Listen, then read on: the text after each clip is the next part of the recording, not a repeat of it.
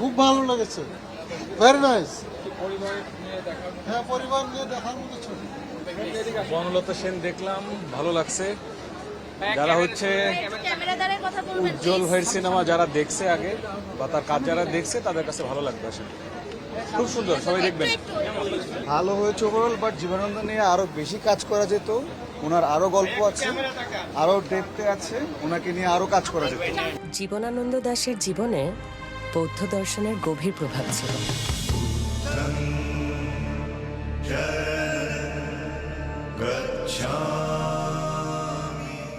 চোখে তার যেন শত শতাব্দীর নীল অন্ধকার, স্তন তার করুণ শঙ্খের মতো দুধে আর্দ্র। ভিজুয়াল সিনেমেটিক গুলো অনেক ভালো ছিল, এগুলো অনেক ভালো লাগছে। নাবিলাকে কেমন লেগেছে একটু বলবেন ভাইয়া? বেশ ইন্টারেস্টিং ছিল কাহিনীটা আর কি। আর অভিনয় ভালো লেগেছে। বনলতা সেনের অভিনয়টা বেশি লেগেছে। কিছু ট্রাই করতে চাই। বাসারকে কেমন লেগেছে, নাবিলাকে কেমন লেগেছে? অ্যাক্টিংটা সবচেয়ে ভালো লাগছে এবারে, সুন্দর। Thank you.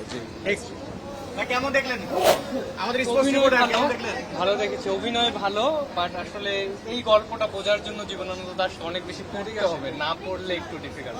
বাসারকে কেমন লেগেছে, নাবিলাকে কেমন লেগেছে? বাসারের অভিনয় তো সবসময় ভালো, আর নাবিলা তো অলওয়েজ ব্র্যান্ড। ওকে, ঠিক আছে। আপনার কাছে কেমন লেগেছে? সোহেল মন্ডল অভিনয়টা সবচেয়ে ভালো লাগছে। সোহেল মন্ডল। জীবনানন্দ দাশকে কেমন দেখলেন? এই তো আঙ্কেল একটু বলবেন আপনাদের সময় অ্যাবস্ট্রাক্ট অভিনয় কেমন লেগেছে সবার? পরে আসা উচিত। কড়ির মতন সাদা মুখ তার, দুইখানা হাত তার হিম, চোখে তার হিজল কাঠের রক্তিম, চিতা জলে দক্ষিণ শিহরে মাথা, শঙ্খমালা যেন পুড়ে যায়, সে আগুনে হায়। আমি বনলতা সেন দেখেছি, আমার কাছে মনে হয়েছে ছবিটা অনেক তাড়াহুড়ার ছাপ আছে, চেষ্টা করা হয়েছে, বাট আমার কাছে মনে হয় যে আরেকটু যত্ন নিয়ে বানালে আরো বেশি ভালো হতো। মোটামুটি লেগেছে বনলতা সেন, আমার কাছে মনে হলো যে একটু বেশি আসলে তাড়াহুড়া হয়ে গিয়েছে। আপনি কি হেলেন নাকি বনলতা সেন? আমি বনলতা সেন। আমি বনলতা, নামটাও মনে আছে দেখছি।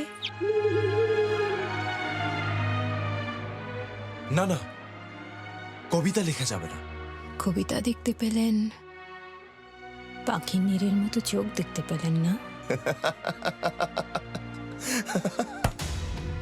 জীবনের অর্ধেকটা সময় পার করে দিয়েছ, তবু একটা পয়সা যদি সম্বল নেই তোমার, মেয়ে মানুষকে জীবনে আকাঙ্ক্ষা করতে গিয়েছিলে কেন?